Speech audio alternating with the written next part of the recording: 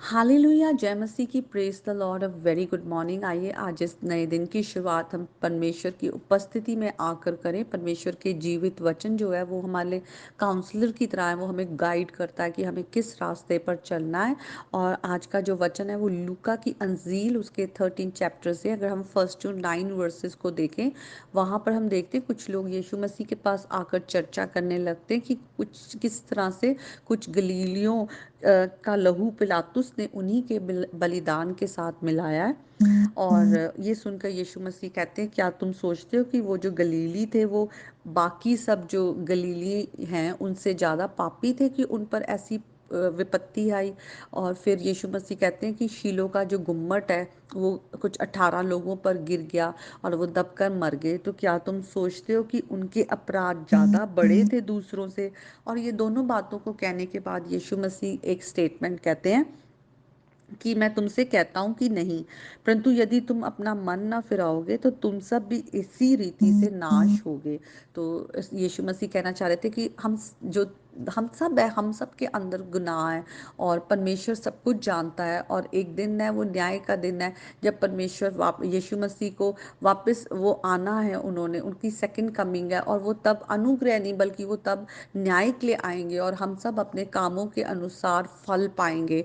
तो यीशु मसीह फिर आगे एक दृष्टांत के द्वारा बोलते कि किस किस तरह से एक अंगूर की बारी है, जहाँ पर जो बारी का मालिक है वो देखने आता है कि वहाँ पर फल लगे हैं या नहीं।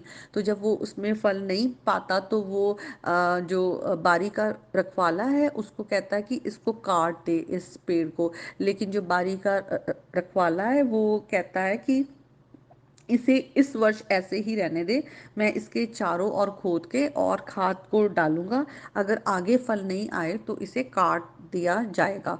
तो जो बारी का रखवाला है वो दया दिखा रहा है उस पेड़ पर, वो फिर भी कोशिश कर रहा है कि ये जो है यहाँ पर अगर इसे और गहराई से खोदा जाए और इसके अंदर खाद डाला जाए तो शायद ये जो पेड़ है फलवंत हो, फल लेकर आए।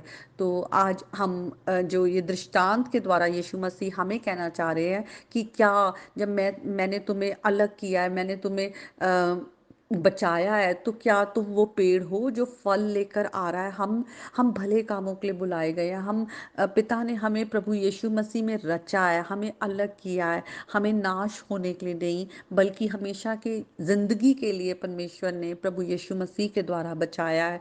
तो आज क्या हम सचमुच जैसा फल परमेश्वर चाहते हैं, आत्मा के फल, जो धार्मिकता के फल हैं, क्या हम वो लेकर आने वाले हैं? अगर आज हम अपने जीवन को फिर भी पाप में जी रहे हैं, हम प्रभु के आत्मा को की आवाज को ना सुनकर बल्कि अपने शरीर के कामों या संसार की लालसाओं में या शैतान की आवाज को सुन रहे हैं, तो सचमुच हम नाश की ओर बढ़ रहे हैं। और हम जिस दिन यीशु मसीह का दोबारा आना होगा, जब न्याय का दिन होगा, तो हम अलग कर दिए जाएंगे। और परमेश्वर से अलग होना बहुत ही एक बहुत ही डेंजरस बात है, डराने वाली बात है। हम पृथ्वी पर भी अगर हम प्रभु से कभी भी अपने आप को अलग महसूस करते हैं तो हम जानते हैं कि हम कैसे कंफ्यूज्ड होते हैं, हमें कुछ समझ नहीं आती हम क्या करें। और ये बहुत से आपने अपनी लाइफ में पर्सनल एक्सपीरियंस देखा होगा कि किस तरह से परमेश्वर से अलग होकर हम कुछ नहीं कर सकते। यीशु मसीह कहते हैं कि तुम मुझसे अलग होकर कुछ कर ही नहीं सकते, तुम मुझ में